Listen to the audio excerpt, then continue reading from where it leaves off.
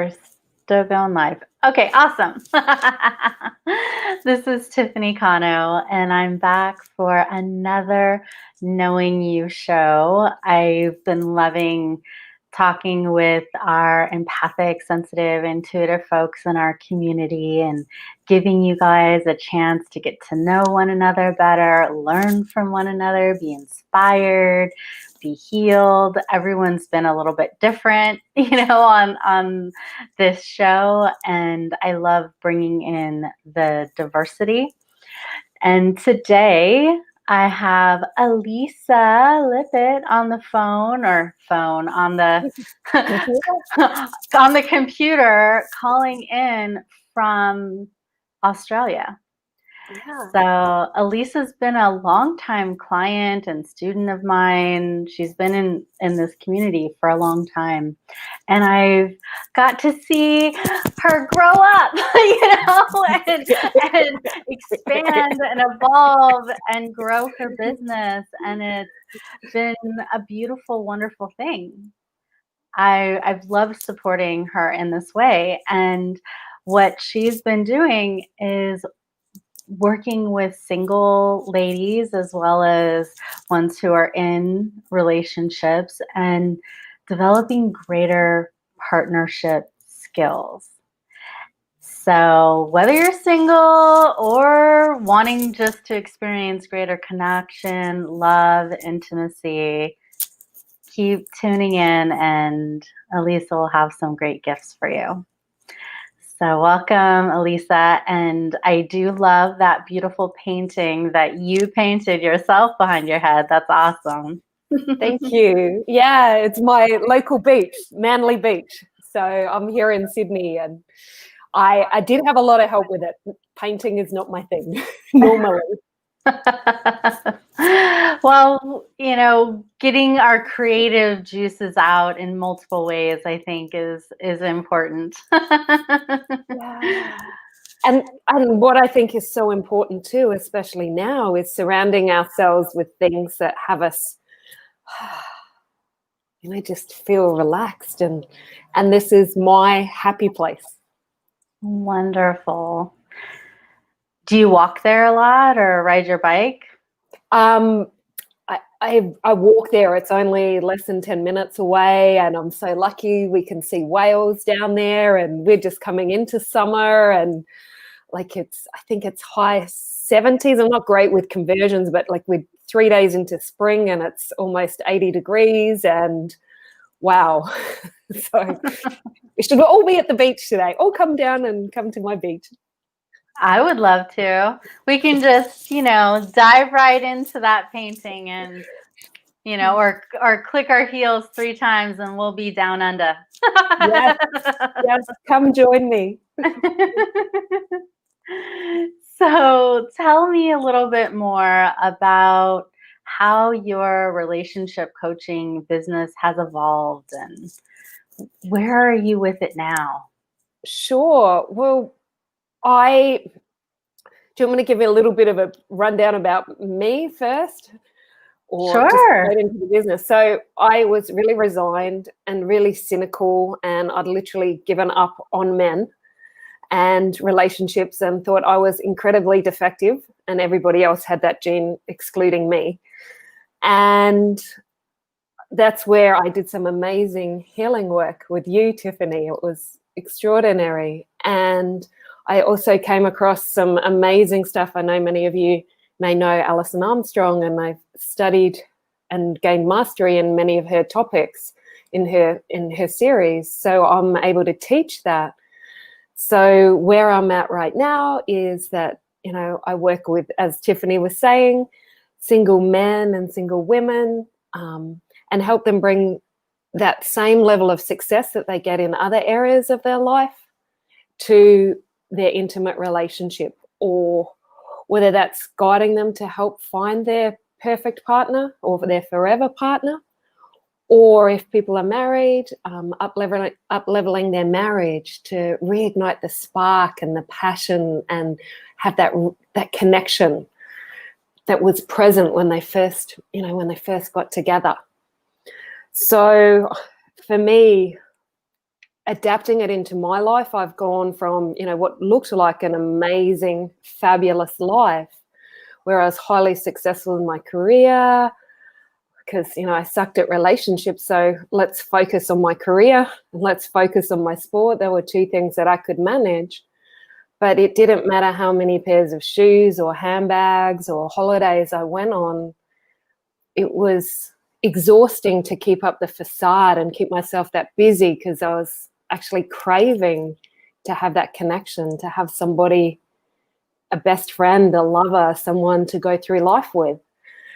And where I'm at right now in my business is working with me looks like I have coaching packages. I also do online live workshops, and it's all about, how to be irresistible, how to demystify men so you can understand them and create, a romance that causes desire for a lifetime.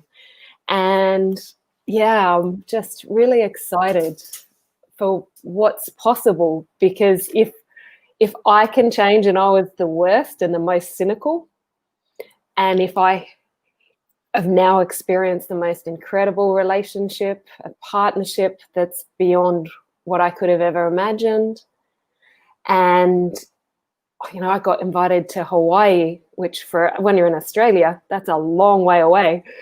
How long is that flight?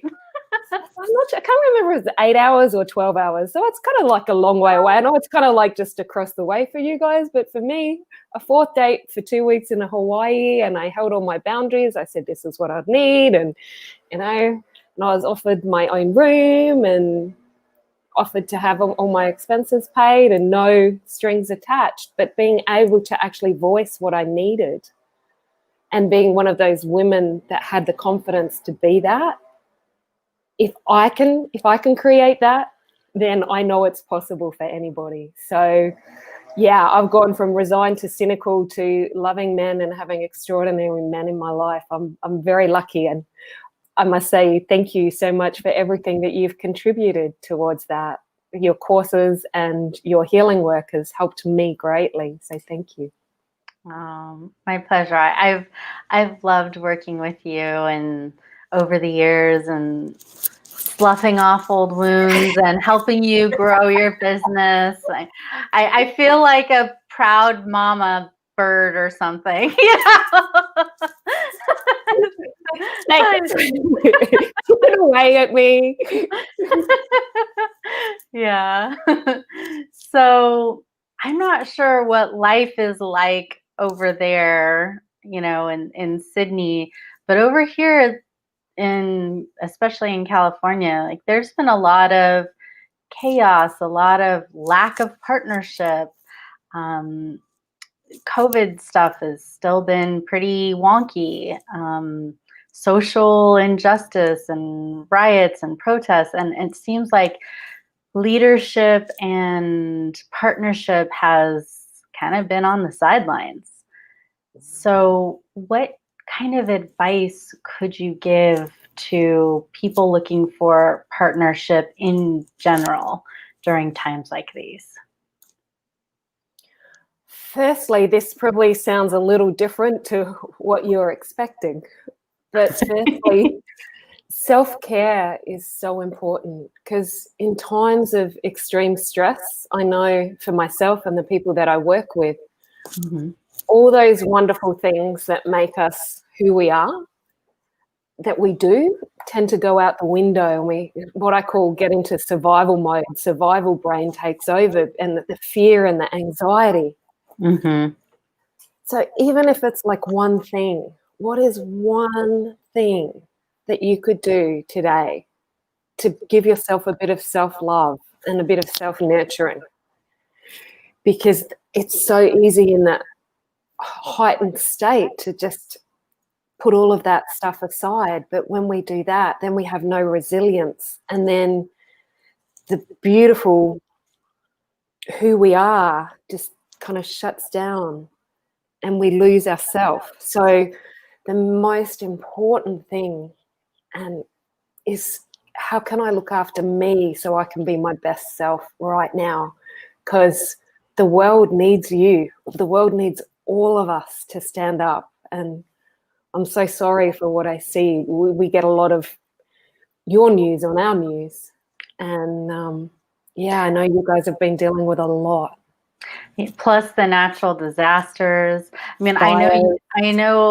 I don't know if it was earlier in this year when you guys had those huge fires. Well, it's It was like, only Christmas, like Christmas time, either side of yeah. Christmas. It feels like a So, lifetime ago. so much of the Western United States has been on fire. Plus we have the hurricanes and, all of these weird things. So yeah, like we need self-care because it's hard to keep giving when you're empty. Yeah.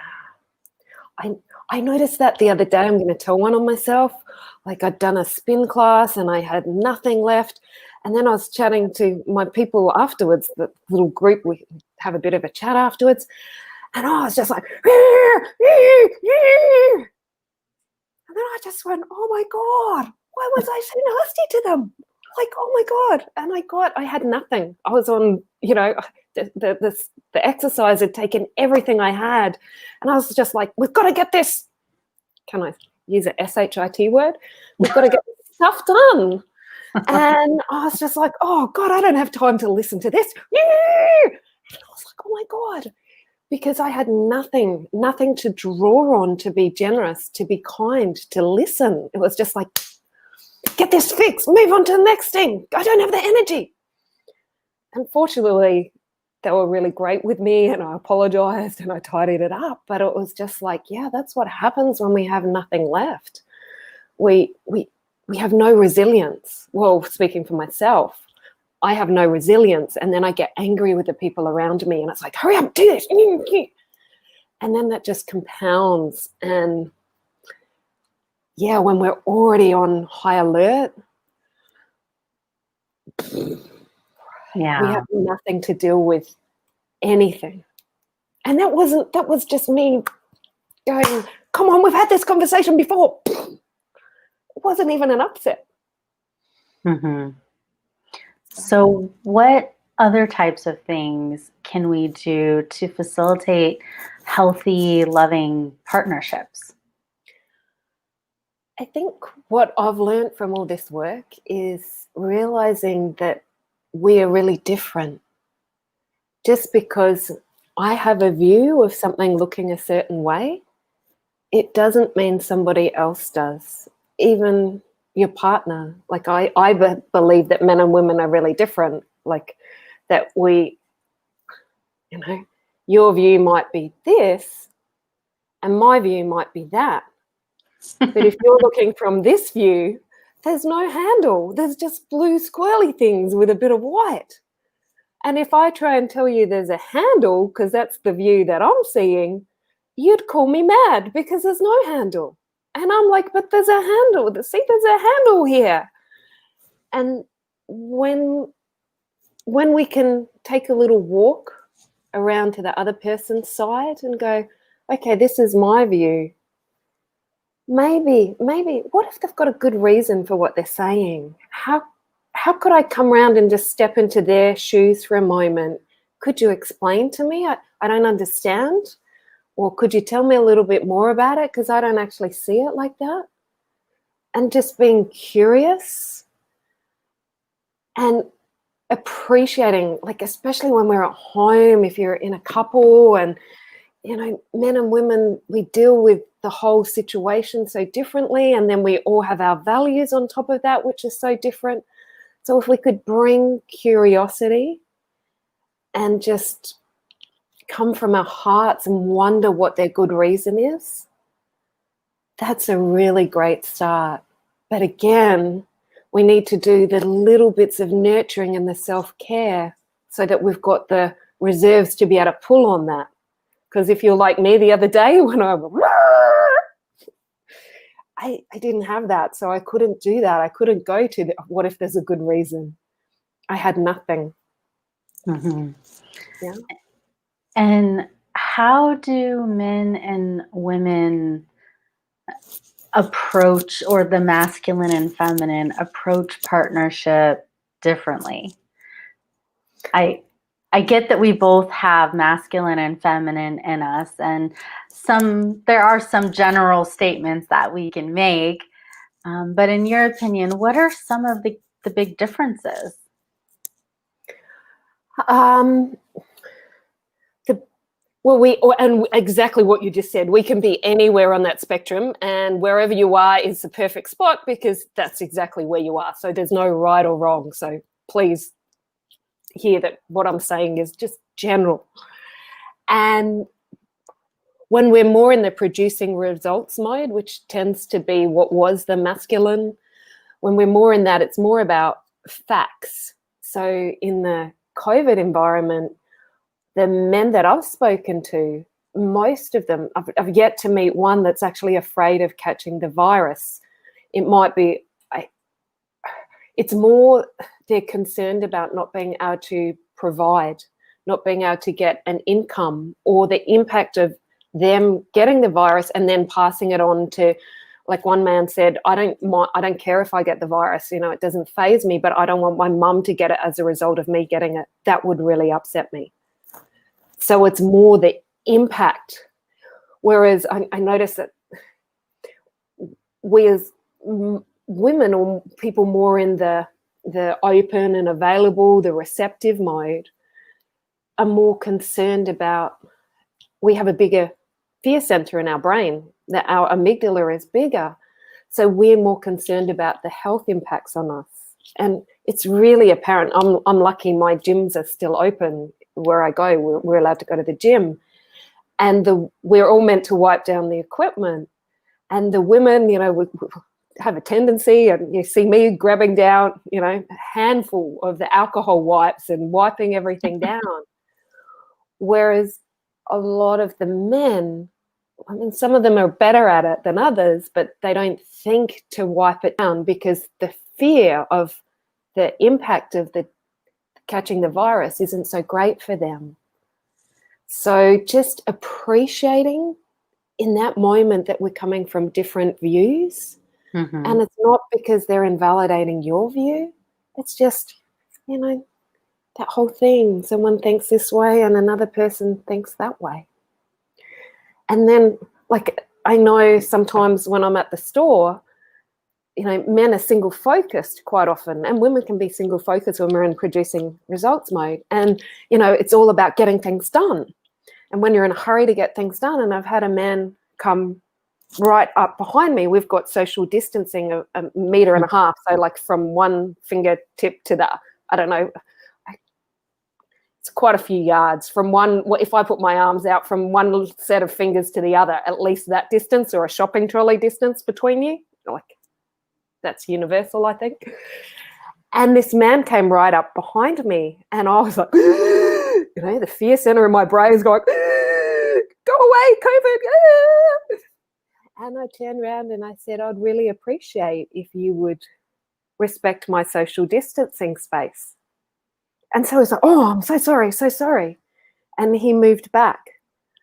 But see what I mean about self-love, when we have doing our self-love and self-nurturing, I had the resilience to ask from a nice spot rather than go, yeah, respect my social distancing, get back. Yeah, that's not going to go so well. But when we do the little things, even if it's just one thing every day, then we can come from our heart space and ask nicely. And then he's like, oh, I'm so sorry. And then he is way behind me. And, he made sure for the period that we were in the queue, well, the line, we call it a queue, that he respected the social distancing space for me. But again, it's just men and women think so differently. And he's not doing it intentionally. He's just thinking from a different operating system. It's not like he doesn't respect me, or, it's just he's focused on what he's doing, and his focus isn't the social distancing thing. He's doing the task that he's actually doing, but that can cause all sorts of problems as well. So what I was talking about at the start, if we can bring curiosity into that, what if there's a good reason? oh, he's focused on producing the result of doing what he has to do in the store and getting out and going back to work. And in a dating environment, what are some of your favorite tips that you can give people? Oh, well, now is an amazing time to be dating because the dating websites have just gone, woo! Because so many people are dating because we're all stuck at home. I know some people over where you are. So all the stuff that we normally do to fill in our lives, we can't do. So it is actually a really great time. And the number of people on the dating websites have increased, and the number of interactions has gone way up as well. So it's a great time to be dating because there's so many people out dating. So it's brilliant. But like what I think is a really great way, and if we can look for a silver lining in this, my values are really important. And for me, like honoring, I adhere to the COVID restrictions because it's very important. I have a 94-year-old auntie who I want to honor. Like I don't want her to get COVID. So that's my part. And if I was interacting with someone on a dating site and they were open to breaching the COVID restrictions to come meet me or do something, then it's a great way to sort them. It's like such a great conversation. It's like, oh, okay, they don't honor COVID restrictions. I mean, everyone's kind of talking about it. So it's a great way to sort them in or sort them out. Oh, has he got similar values to me? Has he not? So, yeah. And do you think that in your area, I haven't followed in the last couple of weeks, like what Australia's numbers are versus the US. I mean, we're still pretty high. I'm so sorry. But when you say that you're doing a lot of dating over there in Australia, do you mean like just meeting each other online or actually going out and interacting in person? Both. You can, like, it's really great. Like, even if you are in lockdown, you can still do dating via Zoom. I mean, you can have a glass of wine together and talk about your different wine. You can have Zoom. You can sit down and have a meal together. Like, it's brilliant. And you know what's really great? There's none of that awkwardness about physical contact and things moving too quickly because literally you can't. You're in different locations. Like, and there's no awkwardness about, should I offer to pay for the bill? Should I not?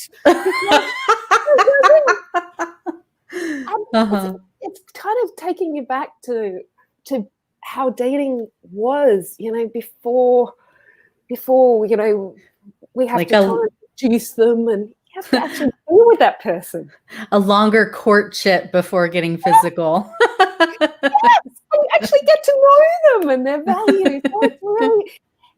So it's a great time to date.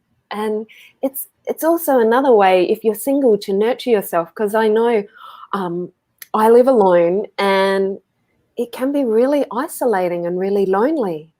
But that's a great thing. Jump online. That's the silver lining out of all of this. So many people are looking for partners. So yeah, it's a great time. Because just the circumstances have created it. Nice. And I also want to give a little bit of time for you to share how you want to contribute to people who are watching this. You had told, I read that you wanted to give a gift of actually having a one-on-one conversation with them. So can you tell us about that?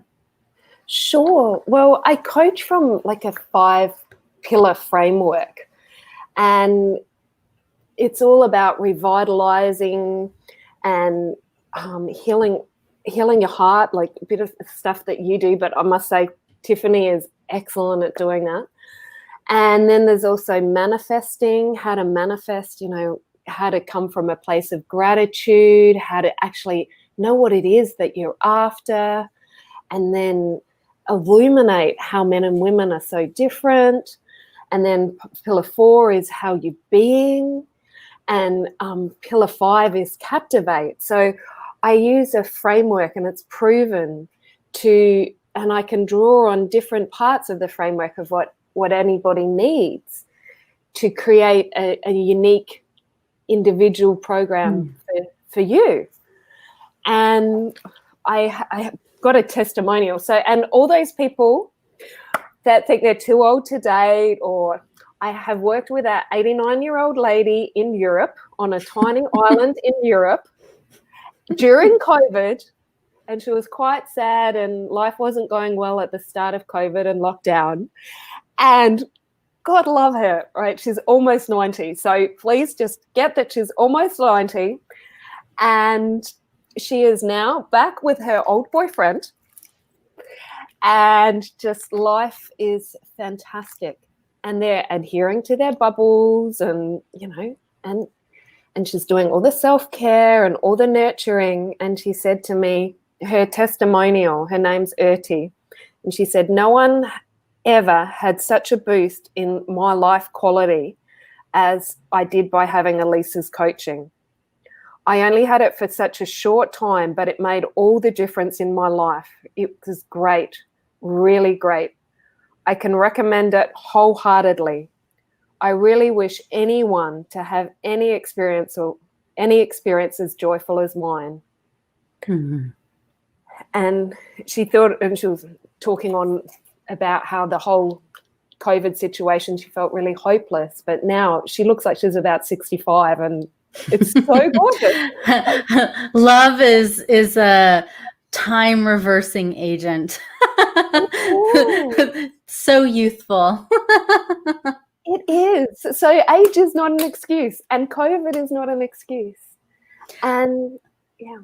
I just wanted to say, I have had a great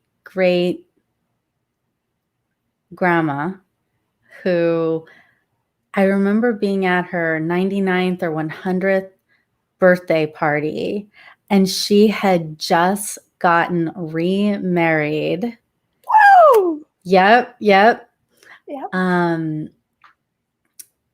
And it was like her third or fourth husband, and they were like holding hands and smooching. And I mean, she's 99 or 100 years old. Okay. And just got married again. So love is possible no matter what age you are, if you're open and receptive and ready for that.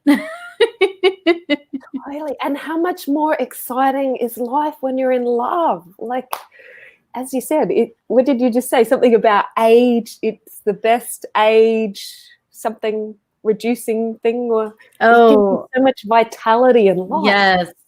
Yeah. When people are in love, there's this glow to them oftentimes, and it can be very youthful and revitalizing.